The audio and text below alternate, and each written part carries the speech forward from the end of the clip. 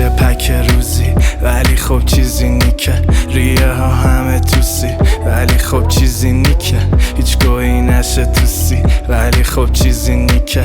زیادی لشه موزیک ولی خب چیزی نیکه. میکنه من جوزی ولی خب چیزی نیکه. حتی واس من جوزی این چیزا چیزی نیکه.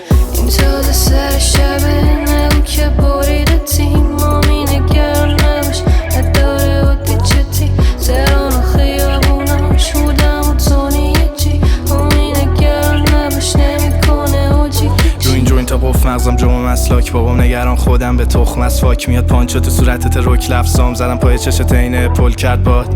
مهم نی اومده کارتام چی اگه خواهی داری بیا بکن باش بازی.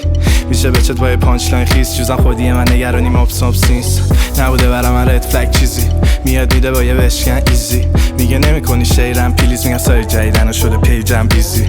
زندگیم شده فنسی نداری رو که این ور آخه تو که چند سی چاقی. توی پکم پر سبزی میخوای بیا دو بداریم اینجا شو اصلی چاقی.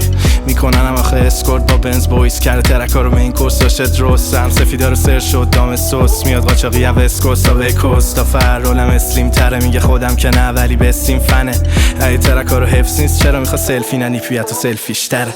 این تازه سر شبه نگو که بریده تیم مامی نگران نباش نداره و دیجتی تهران و خیابوناش بودم و تونی چی مامی نگران نباش نمیکنه اوجی پیچی. کارو غربی طرف استایت زدیم پیتا کچی طرف استار.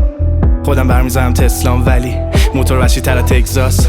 یه بار میکنم 50 CB شاید فلکس کنم ولی چوسینی میکنم سوراخ رقیب و سیری تو کار وسواسی هشی میگه نشی و سیدی.